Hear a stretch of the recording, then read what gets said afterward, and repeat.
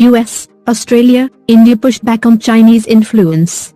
Its Quad in Action analysis. Two legislations cleared by lawmakers in the United States and Australia aren't standalone efforts but part of a larger exercise by Quad to keep China under check. Australian lawmakers on Thursday cleared legislation that gives the federal government power to veto any agreement struck with foreign states.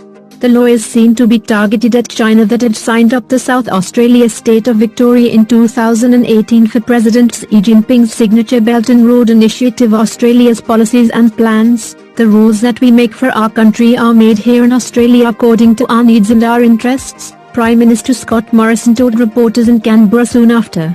A few hours earlier, the United States House of Representatives had cleared legislation to delist foreign firms that don't adhere to U.S. auditing standards, a move that could lead to Chinese companies including behemoths such as Alibaba Group, Baidu Incorporated and PetroChina getting kicked off American exchanges if they don't let U.S. regulators review their financial audits. China watchers in New Delhi said the two laws that seek to curb Chinese influence wasn't a standalone effort. It is Quad in action, one of them said, referring to the informal group of Japan, Australia, the United States and India. Foreign ministers of the four countries met in Japan in October over concerns about Chinese attempts to flex its muscles in its neighborhood including India's Ladakh region, the South China Sea and the East China Sea, and to ensure a free and open Indo-Pacific based on rule of law and freedom of navigation. India has been engaged in a standoff with Chinese troops over its attempts to take control of Indian territory along the line of actual control for more than 6 months. The two armies even clashed in Galwan Valley in June that led to casualties on both sides but have mostly managed to keep the situation under control since then. Japan has been uncomfortable at China's continuing attempts to undermine Japan's administration over the Senkaku Islands, the East China Sea islets claimed by Beijing that have pushed Tokyo to increase its defense budget to a record high and scale up defense cooperation. Last month, Japan Prime Minister Yoshihide Suga announced a breakthrough agreement on a defense pact with Australia that will allow reciprocal visits for training and operations. This pact is the first in 60 years that approves a deal permitting foreign troops to operate on its soil.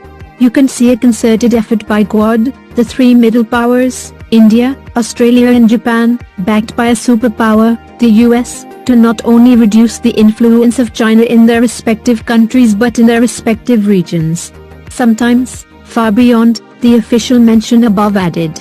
It was a reference to the U.S. Deputy Secretary of State Stephen E. Biegun's visit to Bangladesh in October facilitated by New Delhi to reset ties and extended support. Biegun was the first high-ranking U.S. official in at least a decade to travel to Dhaka, a visit that was described as hugely successful. Officials said one immediate fallout of the joint initiative was Dhaka's reported reluctance to host Defense Minister Wei Feng when he traveled to Kathmandu and Islamabad over the past week.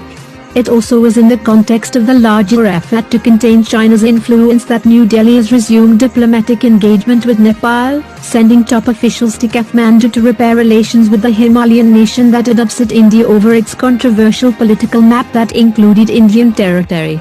Nepal's Foreign Minister Pradeep Kumar Gyavali is scheduled to raise the level of engagement when he visits New Delhi later this month. Simultaneously, India also last week sent National Security Advisor Ajit Doval to Colombo to revive the trilateral maritime security cooperation dialogue with Sri Lanka and the Maldives in face of Chinese attempts to step up defense linkages with smaller countries in the region.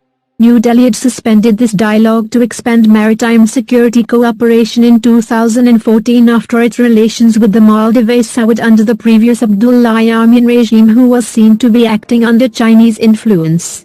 A few weeks earlier, India had gifted Myanmar, another country in the neighborhood which has come under pressure from Beijing, a 3,000 diesel-electric submarine in Xinhui. People familiar with the developments of said move had helped New Delhi get an edge over China, which pushes its military hardware among countries in the neighborhood.